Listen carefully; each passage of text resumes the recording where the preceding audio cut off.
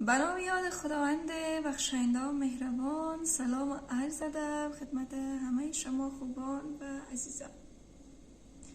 دوستای عزیز، با چیزی من که آشنایی دارین، کم بیش آشنایی ندارین، مریم سرفراز هستم.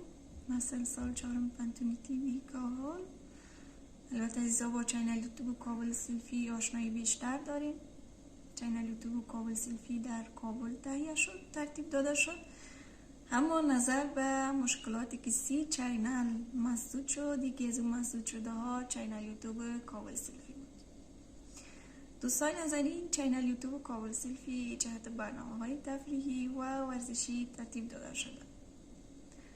دوستان اینجا ما را حمایت کنین، فالو کنین تا بتوانم خانواده 1000 نفری خود را اینجا یک جا بسازم، چند بسازم، بهترین برنامه ها را به شما تهیه بکنم. شاد، موفق، کامگار، پیروز بمانین، خوشحال و شاد و خرم بمانین.